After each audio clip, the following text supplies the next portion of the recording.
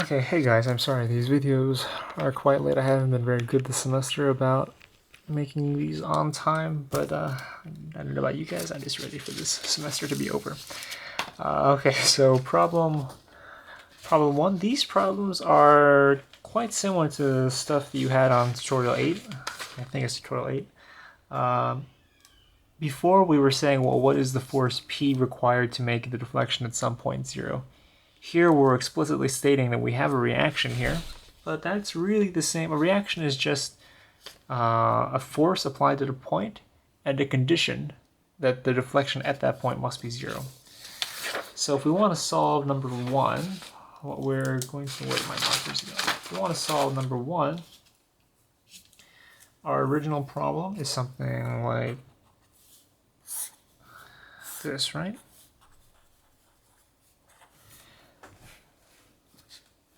Distributed load, a cantilever with a distributed load and a roller. This is equal to distributed load by itself plus cantilever with some force. You want to go through your equations. You want to find this is A, B, C. Because this is a cantilever, the tangent here is going to be horizontal. Delta B will just be equal to TBA. Let's call this delta B1. Delta B2 will also be equal to TBA. And you can proceed as you have normally. Now, there's a very interesting property that arises out of this case. Let's look at the moment diagram for that one. We're going to get a moment diagram that looks something like this. I think, right? This is quadratic. And you should end up getting 9WL squared on 2 out here. We're interested in the deflection at B, so we're only going to have to look at this portion of the moment diagram. We don't need to look at the rest, at this little tip here. However, we don't have an equation for a shape that's like this.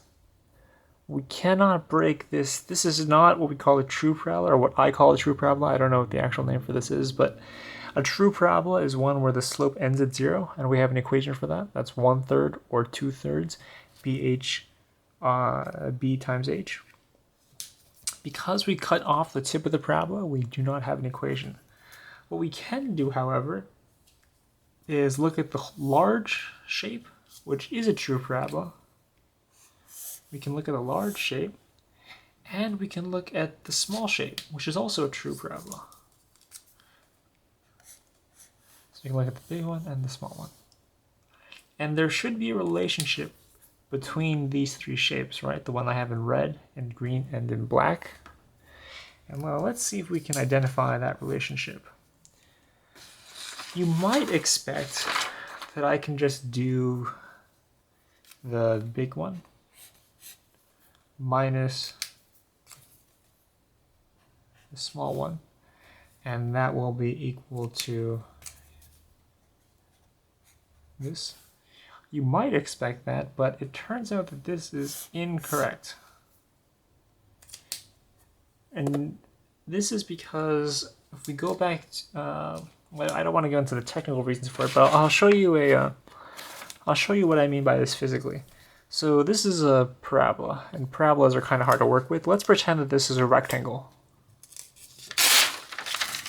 This is a rectangle, and that we have some shape that looks like this.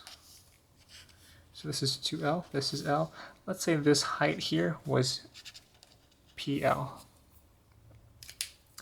Let's say that we wanted to find the area of this shape. And we already said that that is trivial, right? Like it's just a rectangle. Up here it's non-trivial. We don't have an easy way of doing it, but down here, for this particular case, and this I'm just doing this to illustrate a point, so you won't see this anywhere in your homework, but we're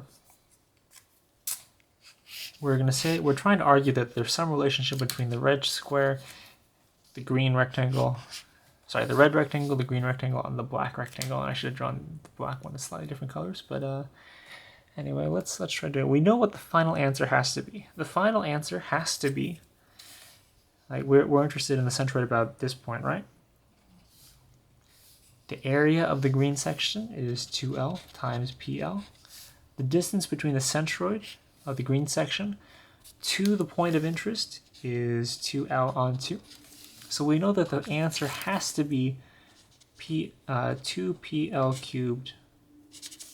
2PL cubed. Let's look and see what happens when we break the problem up into smaller components. The red one, the area of the red triangle is going to be 3L times PL. Sorry, the red rectangle. 3L times PL. The distance to the centroid of this shape is this length minus this length. So it's 3L on 2 minus L. The area of a small black rectangle here is going to be L times PL, and the distance is going to be L on 2. This is equal to PL cubed on 2. The red one is equal to 3PL cubed on 2. We know that this answer has to be 2PL cubed. The only way to relate 3 halves and 1 halves and get 2 is if we add the two of them together. So we have to add this. We're not subtracting the small one from the big one. We are adding the big one and the small one together. So when you're coming back up here, and there's actually a mistake in this solution to tutorial 8 because of that. When we come back up to this section, in order to get the area times the centroid, in order to get TBA, we need to look at the whole shape minus the small shape. In other words, TBA for this problem is equal to T, am I doing this right? TCA minus this area times this minus TB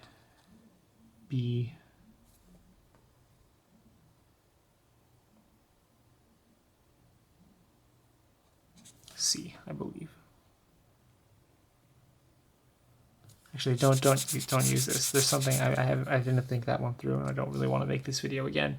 But there's some, you need to find TBA. You need to do the big parabola plus this small parabola, and that'll give you this green area.